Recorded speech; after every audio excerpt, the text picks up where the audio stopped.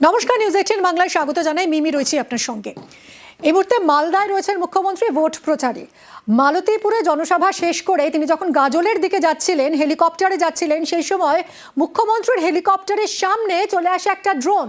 মুখ্যমন্ত্রীর কপ্টারের সামনে কি করে ড্রোন?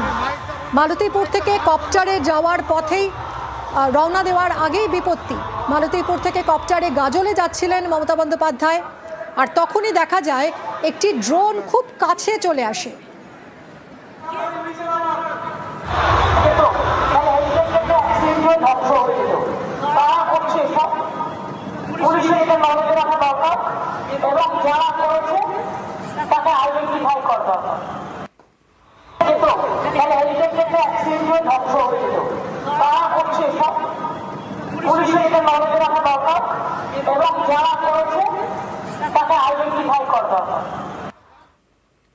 কি করে মুখ্যমন্ত্রীর কপ্টারের সামনে ড্রোন চলে আসতে পারে? কথা বলবো আবির আমার সহকর্মীর সঙ্গে।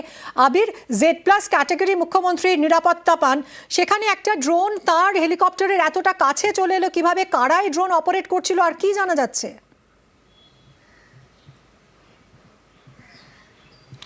প্রথমত, যে বা যারাই এই ড্রোন অপারেট করুক না কেন, হেলিকপ্টার যেখানে রয়েছে তার এত কাছে ড্রোন এলো কিভাবে, সেটাই এই মুহূর্তে সবথেকে বড় প্রশ্ন।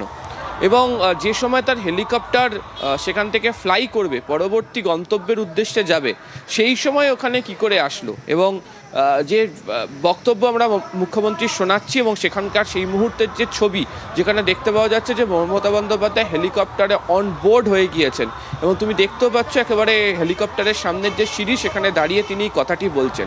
ফলে যেখানে ভিভিআইপি Z+ ক্যাটাগরি সুরক্ষা পান, পদাধিকার বলে তিনি একটা রাজ্যের মুখ্যমন্ত্রী, তিনি অবশ্যই রাজনৈতিক প্রচারে থাকলেও তিনি তো পদাধিকার বলে মুখ্যমন্ত্রী, তাহলে তার হেলিকপ্টার যখন উড়বে সেখানে এই ড্রোনটি এলো কোথা থেকে? ফলে ওখানে নিরাপত্তা বা সুরক্ষা ব্যবস্থার ক্ষেত্রে যে বড়সড় ফাঁক বা গাফিলতি ছিল, সেটা কার্যত এটা থেকে প্রমাণিত। দ্বিতীয়ত, প্রত্যেক কটা সবার শুরুতে এবং শেষে নিয়ম করে মঞ্চে যাদের হাতে মাইক থাকে, মমতা বন্দ্যোপাধ্যায়ের হেলিকপ্টার যখন আসেন এবং যখন হেলিকপ্টার উড়ে যান, তখন নিয়ম করে তারা বলতে থাকেন যে ছাতা এবং টুপি যেন যারা হেলিকপ্টারের কাছে রয়েছেন, তারা যেন হেলিপ্যাডের কাছে যারা রয়েছেন, তারা যেন সেগুলো ব্যবহার না করেন, তারা যেন দূরে সরিয়ে রাখেন। সেক্ষেত্রে নজরদারি চলে, মাইকে ঘোষণা চলে। আর সে সময় যখন তিনি ফ্লাই করতে চলেছেন, তার সামনেই ড্রোনটি কী করে চলে আসলো। এবং ঘটনার সূত্রপাত, মমতা বন্দ্যোপাধ্যায় তিনি যখন হেলিকপ্টারে উঠতে যান, তখন তার নজরে আসে যে তার হেলিকপ্টারের খুব কাছ দিয়ে কিছু একটা উড়ছে।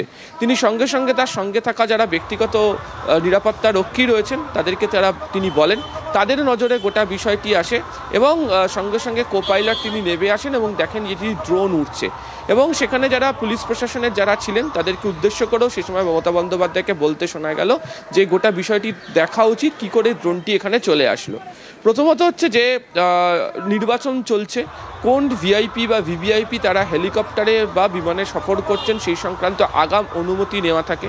দ্বিতীয়ত হচ্ছে হেলিকপ্টার কোন সময় কোন জায়গা থেকে কোথায় যাবে তার জন্য এয়ার ট্রাফিক কন্ট্রোলের তরফ থেকেও অনুমতি নেওয়া থাকে, এবং যে রুট ধরে হেলিকপ্টার উঠবে সেই জায়গাতে হচ্ছে নো ফ্লাইং জোন বাকির ক্ষেত্রে, অন্তত ড্রোনের ক্ষেত্রে রেখে দেওয়া উচিত। ফলে তারপরেও হেলিকপ্টারের এত কাছে ড্রোন কী করে গেল, সেটাই এই মুহূর্তে তদন্তের সাপেক্ষ। ইতিমধ্যে পুলিশ গোটা ঘটনার তদন্ত শুরু করেছে, কিন্তু আবারও বলছি, যে ক্ষেত্রে নজরদারি এবং নিরাপত্তার বড়সড় ফাঁক সুরক্ষার ক্ষেত্রে যে ভিভিআইপি অনবোর্ড হয়ে গেছেন, Z+ ক্যাটাগরি মুখ্যমন্ত্রী অনবোর্ড হয়ে গেছেন, তার হেলিকপ্টার কয়েক মিনিটের মধ্যে উড়ে যাবে, তার এত কাছে ড্রোনটি কী করে চলে আসলো, কী কারণে ড্রোনটিকে সেখানে নিয়ে আসা হচ্ছিল। ফলে যারা অপারেট করছিলেন তাদেরকে জিজ্ঞাসাবাদ করলেই যেটা জানতে পারা যাবে, কিন্তু এই কাছে চলে আসাটাকে মোটেও নিরাপত্তার ক্ষেত্রে বড়সড় ফাঁক বলেই মনে করছেন আধিকারিকদেরও একটা বড় অংশ। ধন্যবাদ আবির। মুখ্যমন্ত্রীর কপ্টারের একেবারে সামনে এভাবে ড্রোন চলে আসা, একাধিক প্রশ্ন উঠছে। মুখ্যমন্ত্রীর কপ্টারের সামনে ড্রোন ওড়ালো কে? কি করে মুখ্যমন্ত্রীর কপ্টারের সামনে চলে আসে ড্রোন? ড্রোন ওড়াতে প্রশাসনের অনুমতি নেওয়া তো বাধ্যতামূলক। মুখ্যমন্ত্রীর সভার কাছে ড্রোন ওড়ানোর অনুমতি কি আদৌ ছিল? অনুমতি যদি থাকে তাহলে কে কেন অনুমতি দিয়েছিল? অনুমতি না থাকলে কি করে মুখ্যমন্ত্রীর কপ্টারের সামনে চলে আসে ড্রোন? নিরাপত্তার নজর এড়িয়ে কি করে ঢুকে পড়ল ড্রোন? অনেক প্রশ্ন উঠছে মুখ্যমন্ত্রীর কপ্টারের সামনে রহস্যময় ড্রোনে।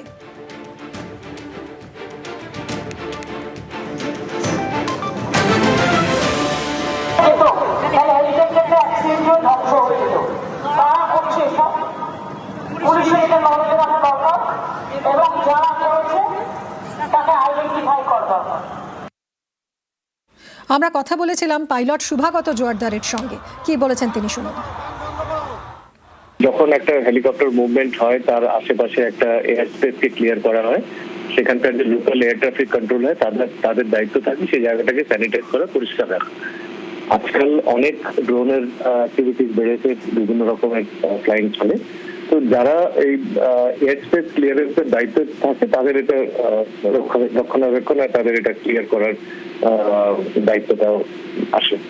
বিপজ্জনক তো হতে পারে যদি নাকি সেটা এসে টাচ করে, হিট করে, তাহলে যথেষ্ট বিপদের সম্ভাবনা থাকে।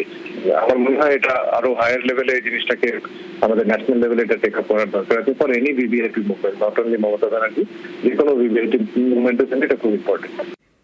মুখ্যমন্ত্রীর হেলিকপ্টারের সামনে রহস্যময় ড্রোন চলে আসার ঘটনা কমিশনে জানাবে অভিযোগ জানাচ্ছে তৃণমূল মুখপাত্র জয়প্রকাশ মজুমদার। এই নিয়ে কি বলেছেন শুনুন।